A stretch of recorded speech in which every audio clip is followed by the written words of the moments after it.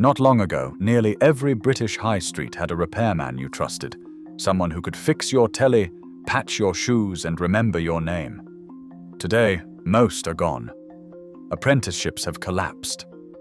Repair now means costly call-outs, and entire communities have lost a craft that once kept Britain ticking.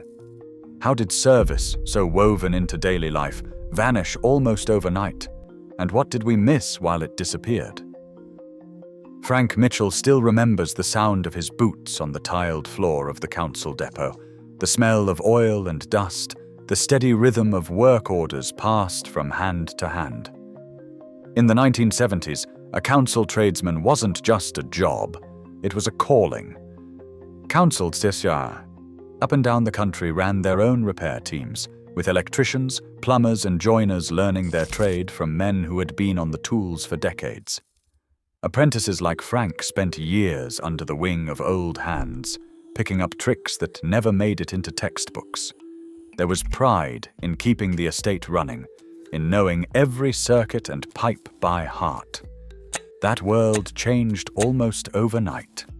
In 1980, a new law swept through Britain called Right to Buy. Council tenants could purchase their homes at a discount, and millions did. The effect was immediate.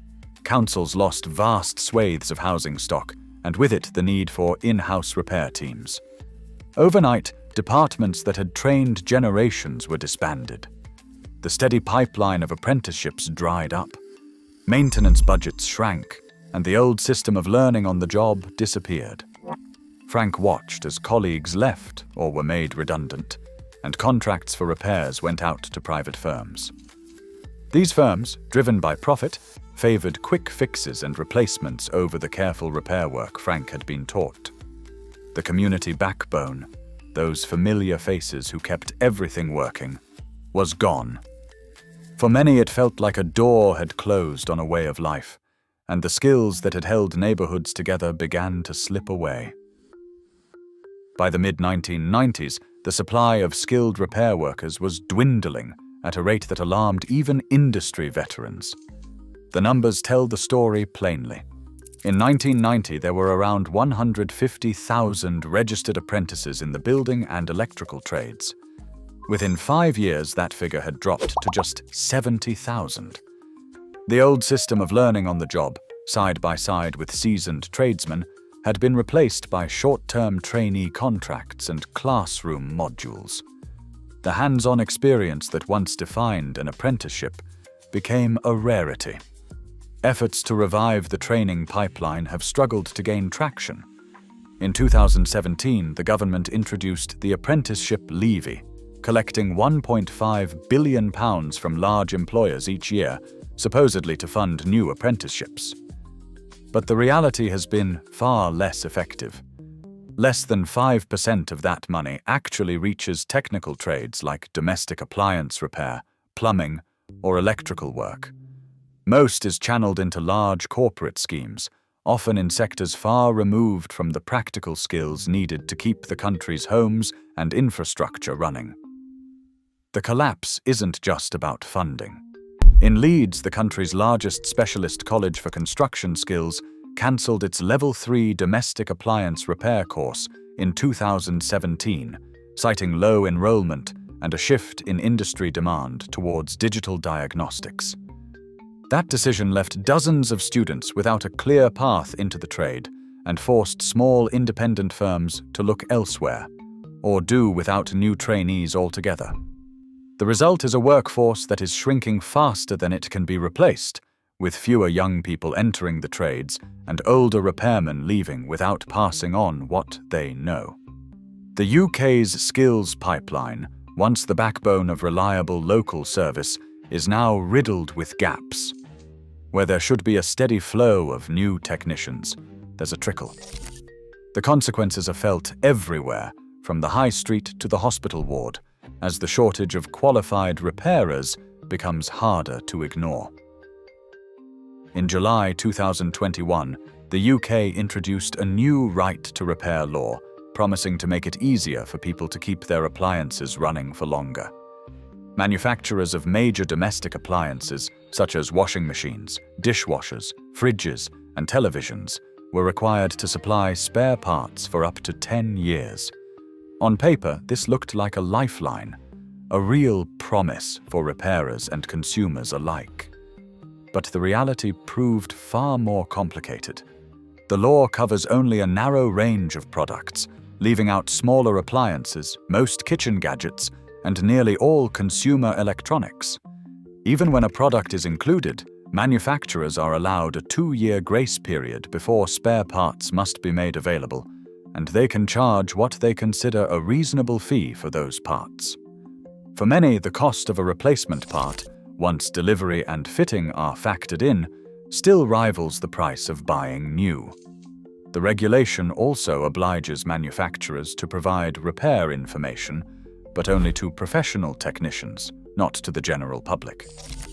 While campaigners welcomed the law as a step forward, its limited reach and built-in loopholes have meant that, for most people, the promise of affordable, accessible repair remains just out of reach. The promise of easier repairs quickly runs aground on a new barrier, the locked gate of proprietary technology. For independent technicians, the challenge is not just getting hold of a spare part, it is breaking through the coded walls built by manufacturers. Take Dyson, for example. A modern vacuum cleaner can't be fully serviced without a factory-issued key, a tool that costs hundreds of pounds and is only available to authorized partners. For the small repair shop on the high street, that's a dead end. Bosch and Siemens, now grouped under BSH, embed digital codes in their appliances. Without the right software, a washing machine might refuse to start even after a mechanical fix. Access to these codes means paying for a subscription, sometimes just to run a diagnostic. Samsung restricts its spare parts behind an online portal, where each independent technician is expected to pay for access, if they are even granted it at all. Even when the law says parts must be available, the most common failures, like motor sensors or control boards, are missing from official lists. The result is a landscape where the independent repairer faces not only rising costs, but a constant sense of futility. The tools exist, the knowledge is there, but the door is locked from the inside, and only the manufacturer holds the key. Profit now sits at the heart of the modern repair business, and the numbers tell their own story. HomeServe, once a household name for emergency call-outs, saw its profit margin climb to 15% by 2023 after private equity took control. That rise did not come from better service, it came from squeezing every possible penny out of each job. Former engineers remember the shift. Wages cut by more than a tenth, a £90 diagnostic fee slapped on every call-out, even if the fix took 5 minutes or nothing was repaired at all. For customers, the bill often arrived before the toolbox was even opened. At Rightio, a similar story played out. After the takeover, the average wait for a repair stretched to 5 days, and staff were switched from steady salaries to piecework. The pressure to close jobs quickly meant more appliances were replaced than fixed, even when a repair was possible. Big retailers like Currys and Argos have capitalized on the confusion, pushing extended warranties at the till. These plans, often costing a fifth of the product's price, lock customers into cycles of auto-renewal and fine print exclusions. Complaints to the competition and markets. Authority forced some changes, but the core business remains to sell the illusion of protection while quietly steering people towards replacement. For the companies, the money is in the churn, not in the fix.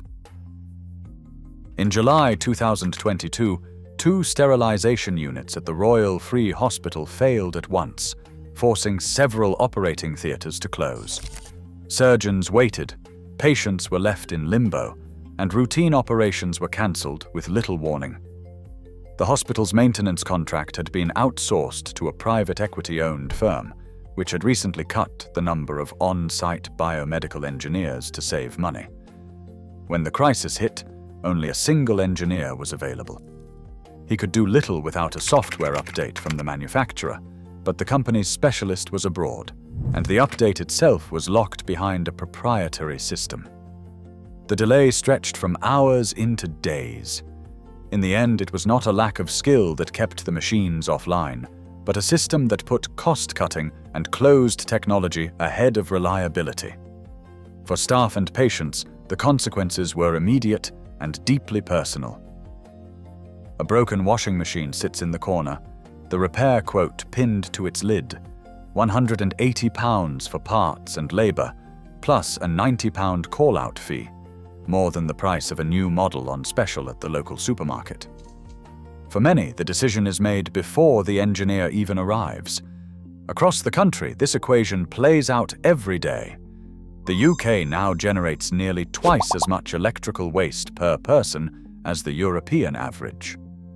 Old fridges, televisions, and toasters pile up in skips and landfill, their working lives cut short not by worn-out parts, but by the cost of keeping them going.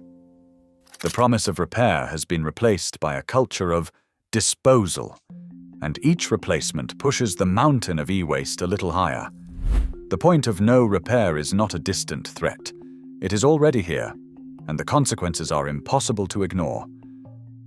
Today, over 80% of UK small repair businesses have vanished, replaced by faceless contracts and landfill waste. As skills disappear, so does a sense of agency over what we own. The real cost isn't just economic, it's how easily we accept things and people becoming disposable. Share your thoughts below.